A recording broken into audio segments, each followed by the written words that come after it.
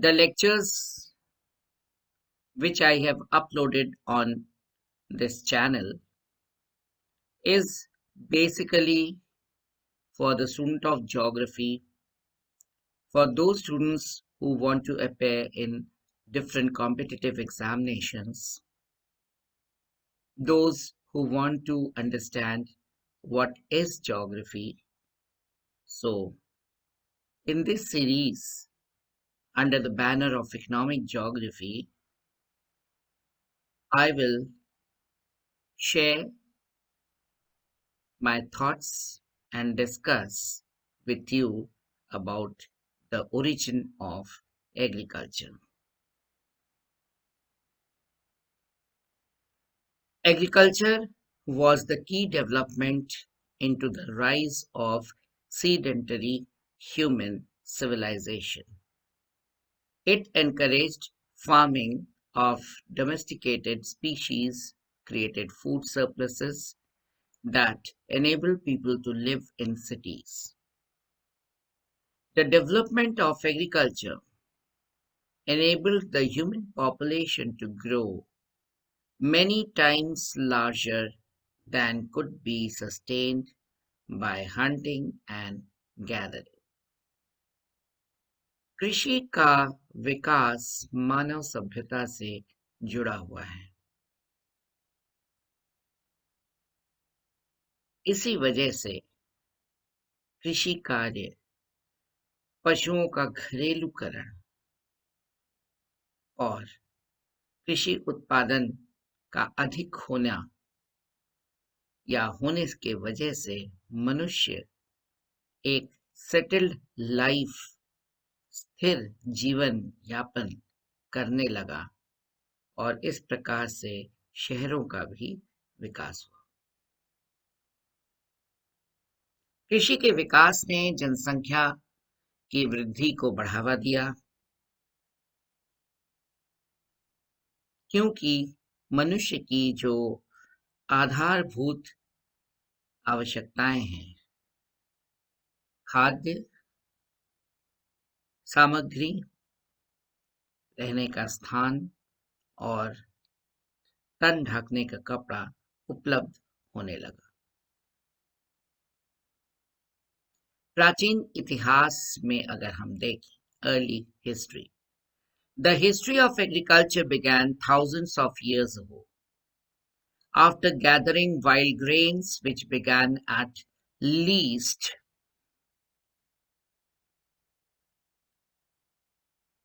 1 million years ago, nascent farmers began to plant. Then, around 11,500 years ago, animals like pigs, sheep, and cattle were domesticated. Over 10,000 years ago, plants were independently cultivated in at least 11 regions of the world as separate centers of origin. अगर हम कृषि के इतिहास में जाएं तो इसकी शुरुआत के पीछे बहुत लंबा इतिहास है और हजारों वर्ष पूर्व इसकी शुरुआत हुई। प्राचीन मनुष्य हंटिंग, गैदरिंग इत्यादि से अपना जीवन यापन करते थे, परंतु आगे चल के प्रारंभिक कृषि की शुरुआत लगभग 11,500 वर्ष पूर्व की कहानी है। इसी समय लगभग मनुष्य ने सूअर, भेड़िए, मवेशी आदियों का घरेलूकरण किया। पूरे विश्व में अगर हम देखें तो लगभग 11 ऐसे प्रदेश हैं जिन प्रदेशों को हम कह सकते हैं कृषि के दृष्टि से were the centers of origin. Wild grains were collected and eaten from at least 105,000 years ago. From around 11,500 years ago in Neolithic age, hulled barley, peas, lentil, bitter witch, chickpeas, and flax. Rice was domesticated in China between 11,500 BC and 5,200 BC, with the earliest known civilization from 5,000 to 7,700 BC, followed by mung, soya, azuki beans, etc. Sheep were domesticated in Mesopotamian between 13,000 and 11,000 years ago. Neolithic काल में लगभग 11,500 वर्ष पूर्व मनुष्य ने जौ, मटर, दाल, chickpeas और फ्लैक्स का उत्पादन शुरू किया। चावल का डोमेस्टिकेशन चाइना में लगभग 11,500 और 5,200 बीसी के आसपास होता है, और उस पीरियड में सभ्यता चाइना में की जो पुरानी सभ्यता है वो लगभग 5,700 बीसी पुरानी है। उस काल में मूंग, सोया, आजुकी बीन्स का उत्पादन वे करते थे। मेसोपोटेमियम क्षेत्र में भेड़ियों का घरेलूकरण हुआ और यह लगभग 13,000 से 11,000 वर्ष पूर्व की कहानी है। Cattle was domesticated from the wild aurochs in the areas of modern Turkey and Pakistan, same around 10,500 years ago. 10,500 वर्ष पहले मवेशियां जैसे गाय, भैंस इत्यादियों का घरेलूकरण किया गया और यह क्षेत्र था टर्की और Pakistan. Pig production emerged in Eurasia, including East and Southeast Asia and Europe. सुअर पालन की शुरुआत यूरेशिया में हुई, यूरेशिया के खास तौर से पूर्वी क्षेत्र में, दक्षिणी पूर्वी एशिया में और यूरोप में। Wild boar was first domesticated about 10,500 years ago. जंगली सुअर का भी घरेलूकरण लगभग 10,500 साल पुरानी कहानी है। The potato was domesticated between 10,000 and 7,000 years ago in the Andes of South America. आलू की शुरुआत लगभग 10,000 से 7,000 वर्ष पुरानी कहानी है और इसकी शुरुआत दक्षिणी अमेरिका के एंडीज क्षेत्र में हुई। अन्य फसल जिनका घरेलूकरण हुआ उनमें है बीन्स, कोको, अपाकस और गुएना pigs. Some root vegetables and sugarcane were domesticated in New Guinea around 9,000 years ago. लगभग 9,000 वर्ष पहले न्यू गुएना में जड़ वाले साग सब्जी और गन्ने का उत्पादन शुरू हुआ। Sorghum was domesticated in the Sahel region of Africa by 1,000 years ago. लगभग 1,000 वर्ष पहले सहेल क्षेत्र में, अफ्रीका के सहेल क्षेत्र में सोरगम का उत्पादन शुरू हुआ। Cotton was domesticated in Peru around 9,600 years ago. कपास का उत्पादन पेरू में शुरू हुआ और लगभग 5,600 वर्ष पुरानी कहानी है। In Mesoamerica, wild teosinte was bred into maize by 6,000 years ago. Madhya America में भुट्टे की खेती की कहानी लगभग 6,000 वर्ष पुरानी है। Thus, the studies regarding the historical origin of agriculture proves that the transition from hunter या hunting gatherer to agricultural societies indicates an initial period of intensification and increased sedentism. ऐतिहासिक काल के बारे में गंभीर रूप से अध्ययन किया जाए तो कृषि के उत्पत्ति के बारे में से यह पता चलता है कि हंटिंग और गैदरिंग से कृषि समाज में बदलाव हुआ और उस काल में इंटेंसिफिकेशन और इंक्रीज्ड सीडेंटिज्म शुरू हुई, यानी आंशिक रूप से स्थायी बस्ती बनी और कृषि कार्य सुचारू रूप से शुरू हुआ. Earlier, wild stands that had previously been harvested started to be planted and gradually came to be domesticated. प्राचीन काल में जो फसलें जंगली होती थीं और उनका हार्वेस्टिंग होता था, धीरे धीरे इनको क्रमबद्ध रूप से उगाया जाने लगा और इनका घरेलूकरण भी किया गया. Since agriculture is a cultural phenomena, it has varied considerably across space and time. कृषि एक सांस्कृतिक तत्व है, सांस्कृतिक पक्ष है इसका, और समय और क्षेत्र के अनुसार इसके पहलू आयाम बदलते रहे. अब हम इसके उत्पत्ति के बारे में चर्चा करते हैं. The first agriculture appears to have developed at the closing of the last Pleistocene glacial period, about 11,700 years ago. सबसे पहले कृषि का विकास हमें लास्ट प्लेस्टोसीन ग्लेशियल पीरियड यानी आइस एज की समाप्ति पर देखने को मिलता है और यह लगभग 11,700 वर्ष पुरानी कहानी है.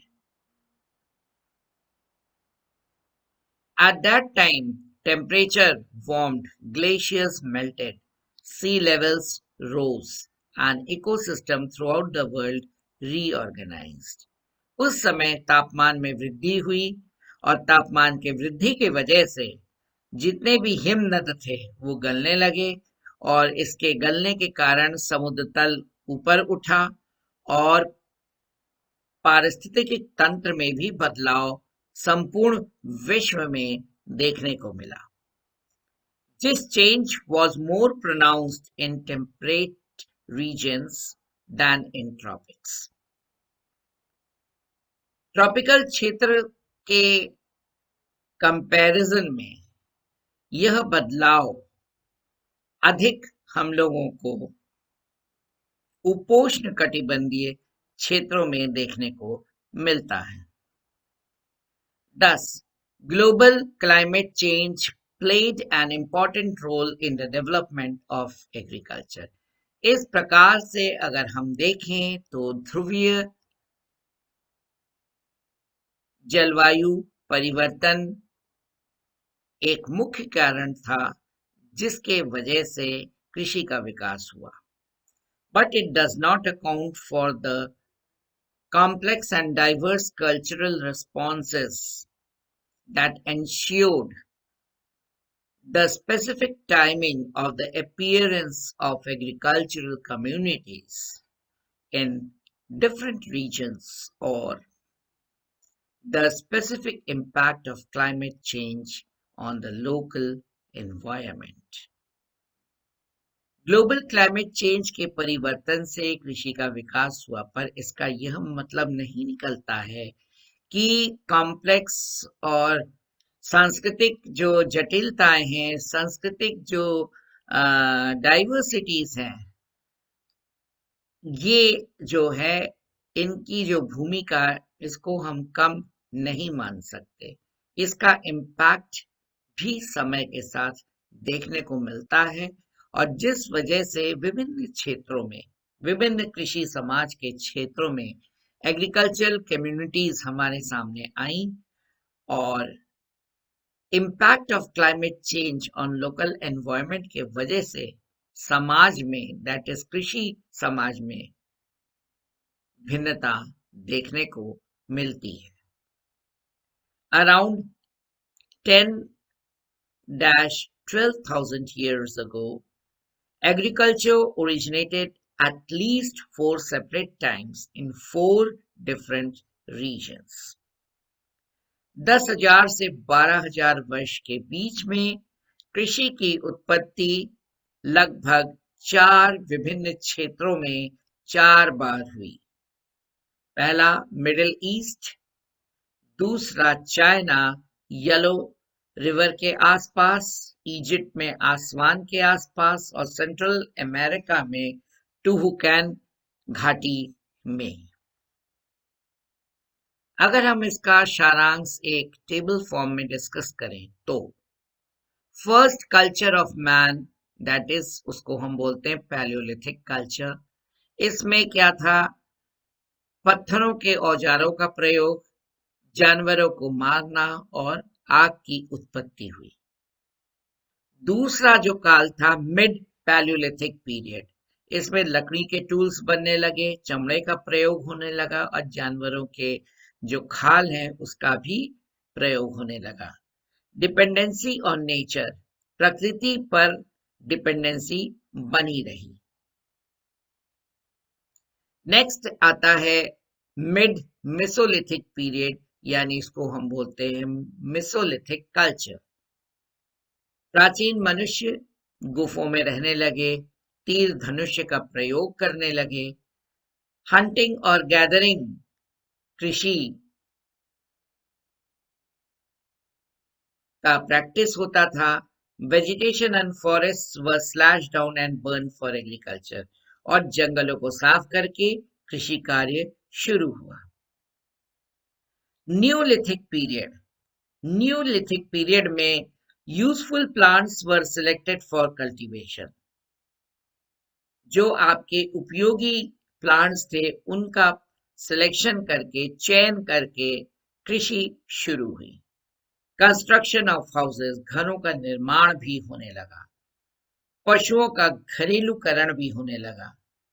Gathering of food items, settled along the river valleys, नदी घाटी के पास settlements.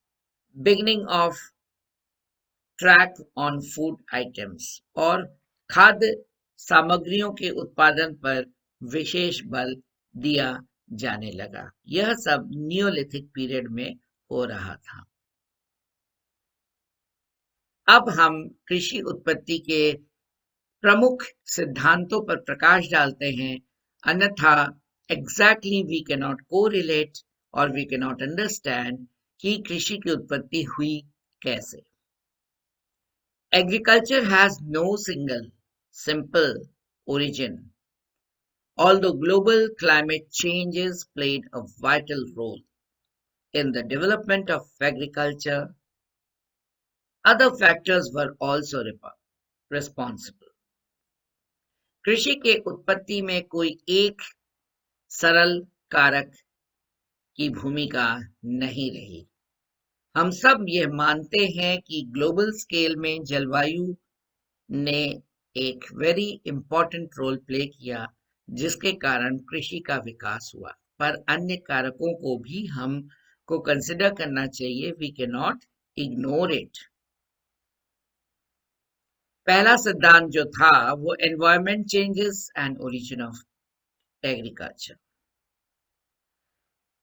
The oasis theory, popularly known as propinquity theory, is a core concept regarding the origin of agriculture. कृषि की उत्पत्ति का सिद्धांत पर्यावरण परिवर्तन से है, जिसे हम ओएसिस थ्योरी बोलते हैं, और पॉपुलरली इसको हम बोलते हैं propinquity सिद्धांत। It was given by Vera Gordon Childe in his 1928 book, The Most Ancient Near East. Childe made a serious collection of climatic information. उनकी पुस्तक 1928 में प्रकाशित हुई, जिसका नाम था the most ancient east Asia, जिसमें उन्होंने गंभीर रूप से जलवायु से संबंधित आंकड़ों को एकत्रित किया. He argued that at the time of Pleistocene period, North Africa and Near East experienced a period of increased drought conditions, with higher temperatures and decreased precipitation. उन्होंने यह बताया कि प्लिस्टोसीन काल के आखिर के चरण में उत्तरी अफ्रीका और पूर्वी क्षेत्रों में सूखा या सूखा से संबंधित दशाएं देखने को मिली या बढ़ी. तापमान में वृद्धि भी देखने मिला और वर्षण भी घट रहा था. That aridity, he argued, drove people and animals to congregate at oases and river valleys. इस सूखा या अकाल वाले पर्यावरणीय दशाओं ने लोगों को और जानवरों को नदी के किनारे, ओएसिस के किनारे मजबूर किया कि वह वहां जाएं और बसें. With favorable conditions along fertile river valleys, population grew, and there was closer familiarity with plants and animals. अनुकूल दशाएं नदी घाटियों में देखने को मिली, जिस वजह से कृषि उत्पादन बढ़ा, जनसंख्या बढ़ी और इस प्रकार से मनुष्य का जानवरों से और पेड़ पौधे से नाता और गहरा हो गया. Communities developed and were pushed out of the fertile zones. जो उपजाऊ क्षेत्र हैं उसमें जनसंख्या बढ़ी, कम्युनिटीज का विकास हुआ, तो स्ट्रॉन्ग कम्युनिटीज वहां रही और कमजोर कम्युनिटीज को आगे की ओर ठेल दिया गया. Those living on the edges were forced to learn how to raise crops and animals in places that were not ideal. जो उपजाऊ क्षेत्र से हटकर लोग बसे, उनको मजबूरी में सीखना पड़ा कि हम फसलों को प्रतिकूल दशाओं में कैसे उगाएं और जानवरों का देखरेख कैसे करें. यहाँ एक बात नोट करने की है that evidences suggest that farming appeared first on dry plains of Mesopotamia. साक्ष्य हमें बताती है कि सबसे पहले कृषि कार्य का विकास सूखे मैदानों में हुआ और वह क्षेत्र था Mesopotamia. The most popular theory of that adoption was environmental change. और यह सिद्धांत मानता है कि पर्यावरणीय परिवर्तनों के वजह से कृषि कार्य को बढ़ावा मिला. दूसरा सिद्धांत को हम संस्कृति से जोड़ते हैं और इस प्रकार से culture and origin of culture के बारे में हम डिस्कस करते हैं. This theory was propounded by Caldwell in 1977. Domestication of animals and primitive agriculture was an historical event. In prehistoric times, men were hunters and gatherers. Later, plants and animals were domesticated and started to live a semi-settled life. यह सिद्धांत 1977 में Caudwell महोदय ने हम लोग के सामने रखी. जानवरों का घरेलूकरण और आदिम कृषि की शुरुआत एक ऐतिहासिक इवेंट के रूप में माना जाता है.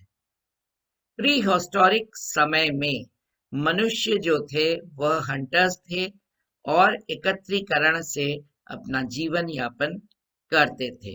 बाद में जानवरों और पेड़ पौधों का घरेलूकरण हुआ और इस प्रकार से मनुष्य जो है सेमी सेटल्ड लाइफ जीने लगा.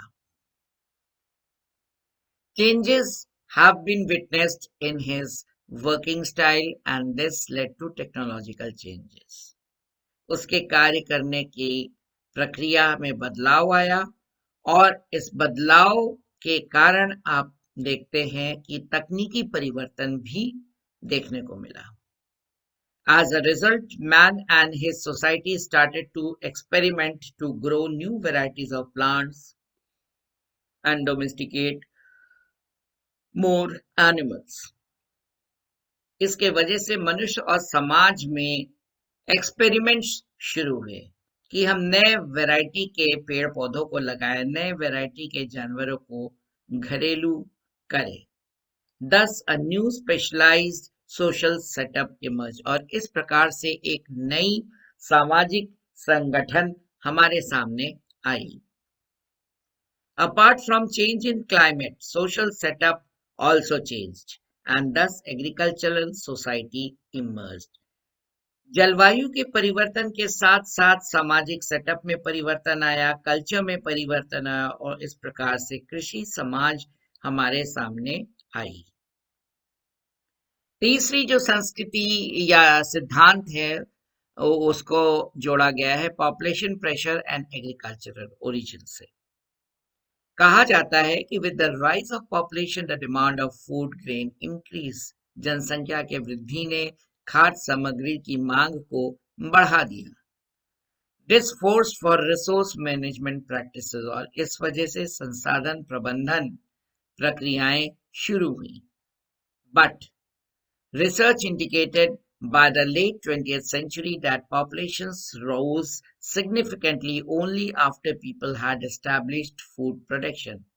पर 20वीं सदी में शोध से यह पता चलता है या शोधकर्ताओं ने जो शोध किया उसके नतीजे में वे बताते हैं कि जनसंख्या बढ़ी, पर तब बढ़ी जब लोगों के पास फूड प्रोडक्शन एस्टैब्लिश्ड रूप में हो रहा था।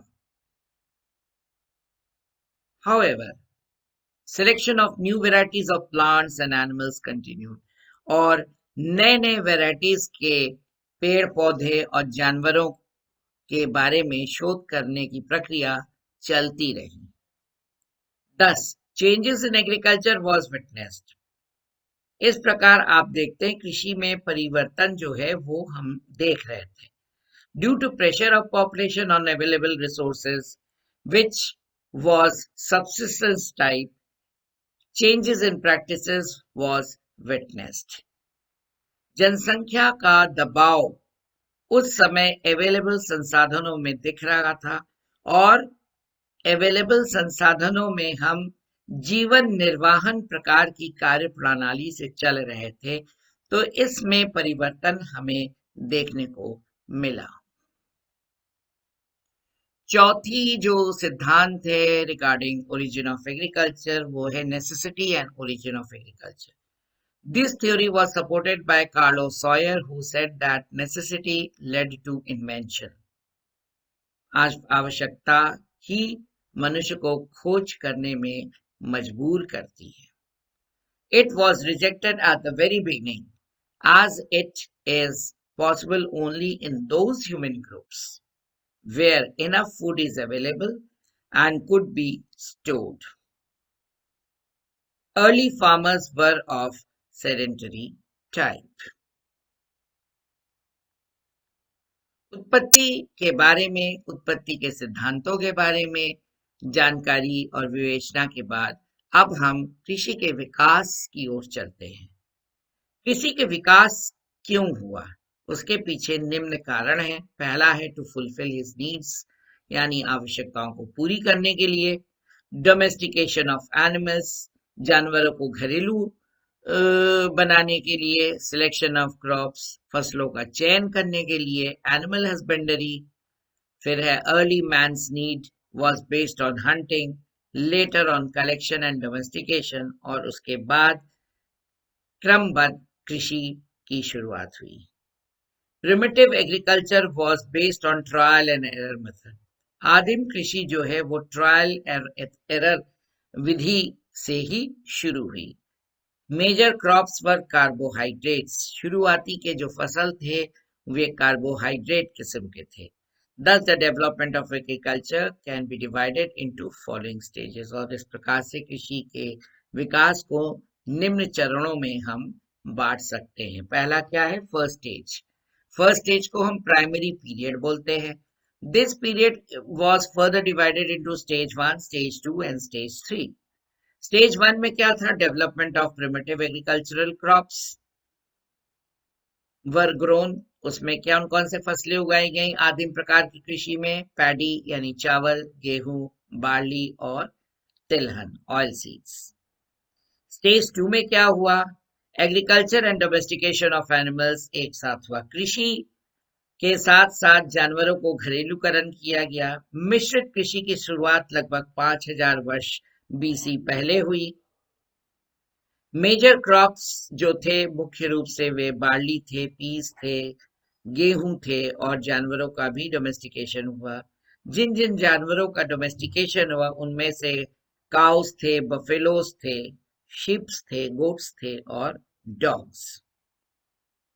स्टेज 3 जो था उसका पीरियड 5000 से 1500 बीसी का काल था। इस पीरियड में प्लाउज का प्रयोग होने लगा, लोहा के औजारों का प्रयोग होने लगा, फूड क्रॉप्स, वेजिटेबल्स और फल आदि उगाने लगे लोग। Agriculture flourished in Mexico, Peru and Bolivia. और कृषि का विकास हम मेक्सिको में देखते हैं, पेरू में देखते हैं और बोलीविया में भी देखते हैं। मुख्य फसलें थी उस समय स्टेज 3 में वो हैं टोमेटोज, पोटैटोज यानी आलू, चुकंदर, कॉफी, पपैया, पाइनएप्पल, गुआवा, काजू, मेज एक्सेट्रा। मिडीवियल पीरियड में विकास के कुछ उपलब्धियां निम्न प्रकार से हैं कि development of agriculture in true sense. सही मायने में कृषि का विकास जो है वो मध्यकालीन पीरियड में देखने को मिलता है। Humans settled to live a settled life. Agriculture was of sedentary type. Development of new system and setup. Agriculture extended in Europe and up to the coast of Mediterranean coastal areas. S. Van Bath mentioned about 3 methods prevailed in the medieval period.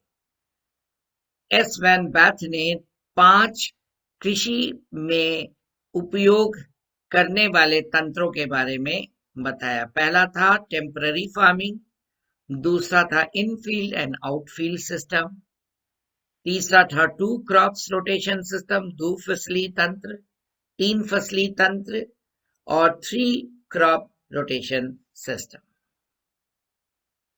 अब हम 12वीं शताब्दी और 13वीं शताब्दी में कृषि के विकास के बारे में देखते हैं। तो इस काल में जनसंख्या बढ़ रही थी। Increase in the prices of food crops था। Conversion of swamps, marshy areas, forest and pastures into agricultural land. Increase in agriculture areas, economic condition of the farmers started to improve.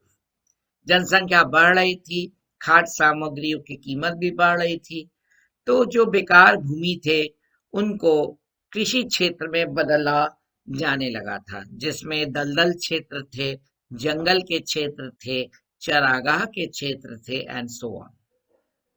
In the mid-13th century, this period witnessed epidemics like plague, cholera, etc. in most parts of the world. 13वीं शताब्दी में महामारियां पूरे विश्व में या विश्व के प्रमुख क्षेत्रों में अधिकतर क्षेत्रों में मिले, जैसे प्लेग, कॉलेरा इत्यादि। For this progress in agricultural activities and development was on a standstill. और इस प्रकार से कृषि कार्य में या कृषि कार्य के संबंधित विकास में कम हुआ और बाधा के रूप में देखने को मिलता है। और यह काल जो है आर्थिक लॉस का पीरियड था और इस काल को हम बोलते हैं dark age in agricultural development. कृषि विकास का यह अंधकार युग था। 15वीं शताब्दी में कृषि यानी agriculture was on domestication of animals. Farmers developed pastures near farmlands. Commercial agriculture originated. Industrial crops were also produced. यानी ज्यादातर कृषि पर बल जो था वो जानवरों को घरेलूकरण से था. पास्चर्स जो थे, चरागाह जो थे, वो आपके कृषि के क्षेत्र के आसपास ही बनाए गए. व्यापारिक कृषि की शुरुआत हुई और औद्योगिक फसलें भी उगाए जाने लगी. In 16th century, due to population rise, prices of food crops were also on rise. To increase productivity, stress was on land reclamations and land improvements. Beginning of plantation agriculture in tropical regions. इस काल में जनसंख्या भी बढ़ रही थी, खाद्य सामग्रियों के दाम भी बढ़ रहे थे. उत्पादकता को बढ़ाने पर अधिक जोर दिया जा रहा था, जिस कारण लैंड रिक्लेमेशन की प्रक्रिया और लैंड इंप्रूवमेंट की प्रक्रिया दोनों साथ साथ चल रही थी. बागाती कृषि की भी शुरुआत ट्रॉपिकल रीजन्स में हम लोगों को देखने को मिलती है. In 17th and 18th century, most of the fertile lands were under agriculture. In order to increase production, irrigation and fertilizers were under use. Production value decreased. Due importance was given both to agriculture and animal husbandry. In the second half of 18th century, innovative methods from Europe diffused to the eastern and western lands. Thus, agriculture was developing in stages, slowly and steadily. 17वीं और 18वीं सदी में लगभग सारे विश्व के उपजाऊ भूमि कृषि के अधीन हो गए थे. कृषि उत्पादन को बढ़ाने के लिए सिंचाई और खाद्य सामग्रियों का प्रयोग शुरू हो गया था.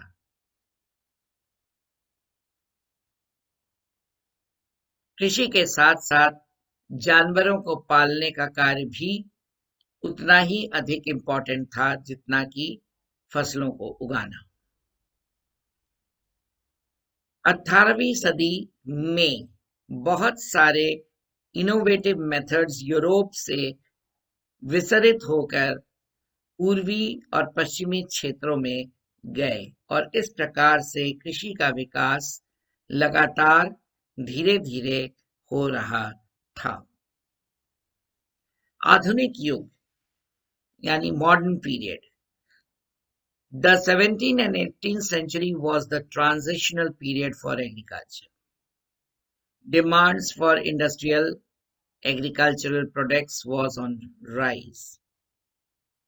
One witnessed increase in the production of cotton, wool, rubber and jute. Farmers started to grow crops of high yield varieties. Increase in animal husbandry and dairy farmer too. Development of various types of iron tools used in agriculture like plows, tractors, threshers, pumping set, etc. औद्योगिक कृषि उत्पाद में अधिक बल दिया जाने लगा. साथ ही कपास, ऊन, रबड़ और जूट के उत्पादन में वृद्धि देखने को मिली. कृषक हाई यील्डिंग वैरायटी के फसल लगाने लगे.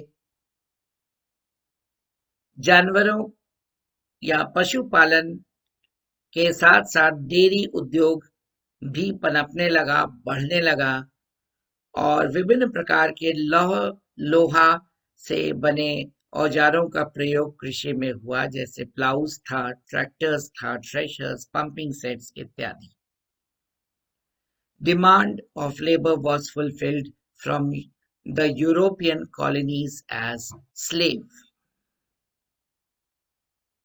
Farm system was made simple. With the help of research institutions, high yielding seed varieties, fertilizers, recommended pesticides recommended were used. Crop cycle was also practiced. Contour farming and linear system was followed. Due to increased production, food grains were exported to food deficient areas. Due to improved transport system, dairy, poultry, meat products and milk products were easily marketed. कृषि में श्रमों की आपूर्ति European colonies से स्लेवों से किया जाने लगा। खेत के जो तंत्र है उसको सरल बनाया गया।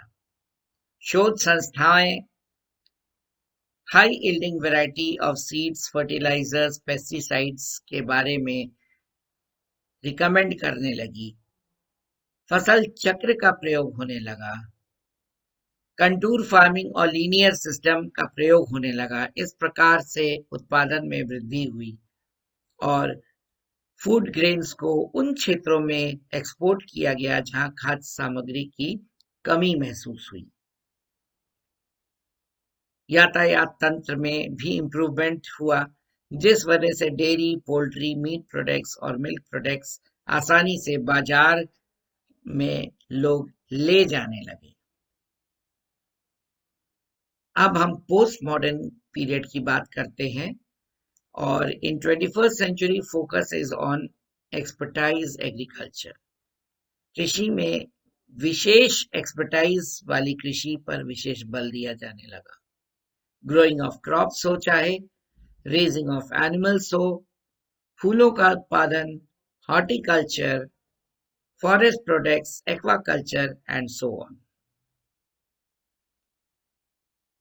तो इस प्रकार से कंक्लूजन ये निकलता है कि agriculture is an occupation for the people. कृषि जो है लोगों का ही ऑक्यूपेशन है। Agriculture is a way of life. कृषि जीने का तरीका है। However, the importance of agriculture grows beyond farming. It has evolved into forestry, fruit cultivation, beekeeping, mushroom, dairy, etc. One cannot deny that agriculture is the backbone of almost all the economies. हम ये बिल्कुल मानने के लिए मजबूर है कि कृषि जो है हर अर्थव्यवस्था का रीढ़ की हड्डी है। The processing, distributing and marketing of crops and livestock products are all acknowledged as the part of agriculture. आज के दिन में कृषि के अंतर्गत हम प्रोसेसिंग का कार्य सम्मिलित करते हैं, वितरण का कार्य सम्मिलित करते हैं और बाजारों में क्रॉप्स और लाइफ स्टॉक के जो उत्पाद हैं उसको ले जाके बेचते हैं। ये सारे हमारे कृषि के अंदर ही एक्नॉलेज किया जाता है। तो इस प्रकार से आज हमने आपके साथ एग्रीकल्चर की उत्पत्ति के बारे में बताया, उत्पत्ति से संबंधित विभिन्न सिद्धांतों के बारे में बताया, इसके विकास के बारे में बताया और बड़े ही सरल और सरल शब्दों में सरल तरीके से समझाने का प्रयास किया है। आप आशा करता हूं कि आपको समझ में भी आया है और अगर थोड़ी बहुत भी कहीं कमी भी रह गई है तो आप किताब देखेंगे और किताबों से कंसल्ट करेंगे तो और भी अच्छी तरीके से आप समझ पाएंगे। पर यह एक बेसिक नोट्स के रूप में भी आप इसका प्रयोग कहीं भी किसी समय भी आप कर सकते हैं।